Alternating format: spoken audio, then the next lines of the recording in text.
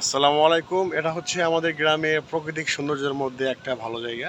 এটা আমাদের গ্রামের ঈদগাহ মাঠ। দেখতে পাচ্ছেন যে এই জায়গায় আমাদের বড় ঈদ এবং ছোট ঈদ, ঈদুল আজহা এবং ঈদুল ফিতর দুই ঈদে কিন্তু নামাজ পড়া হয়। আর তাছাড়া আমাদের এই যখন একটা এই ধান কাটার পর যখন একটা অবসর সময় থাকে, সেই সময় কিন্তু আমাদের গ্রামের মানুষেরা কিন্তু এই যে দেখেন কলার বাগান করছে। এই যে কত সুন্দর কলার বাগান।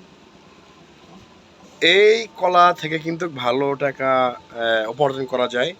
আপনারা যারা জানেন যে কলা কিন্তু মানুষের অধিকাংশ মানুষের প্রিয় এবং যারা জব করে তারা কিন্তু এই সকালবেলা তাদের প্রধান নাস্তা হলো কলা এবং পাউরুটি।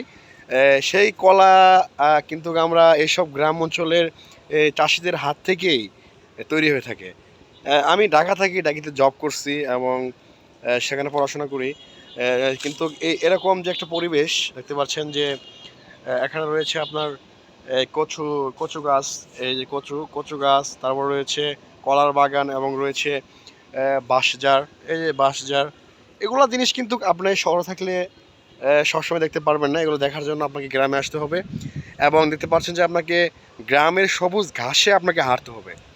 কারণ ঘাসে হাঁটলে আপনার মধ্যে ভালো কিছু অনুভূতি হবে, ভালো ফিল করবেন। তাছাড়া শরীর সুস্থ থাকবে। তা আমাদের শহরের জীবনের পাশাপাশি আমাদের গ্রামের জীবনের দিকেও আসতে হবে। এ দেখতে পাচ্ছেন এই যে কলা গাছ, অনেক সুন্দর কলা গাছ কিন্তু এই জায়গায় উৎপাদিত হয়েছে।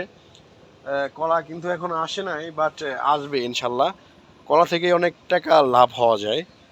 আপনারাও যারা গ্রামে থাকেন তারা কলা চাষ করতে পারেন, কলার চারা লাগাতে পারেন এবং এভাবে যারা ঢাকা থাকেন তারা আপনারা যাদের গ্রামে থাকেন তারা গ্রামে যেতে পারেন, একটু খোলামেলা প্রাকৃতিক হাওয়া নিতে পারেন। আসসালামু আলাইকুম।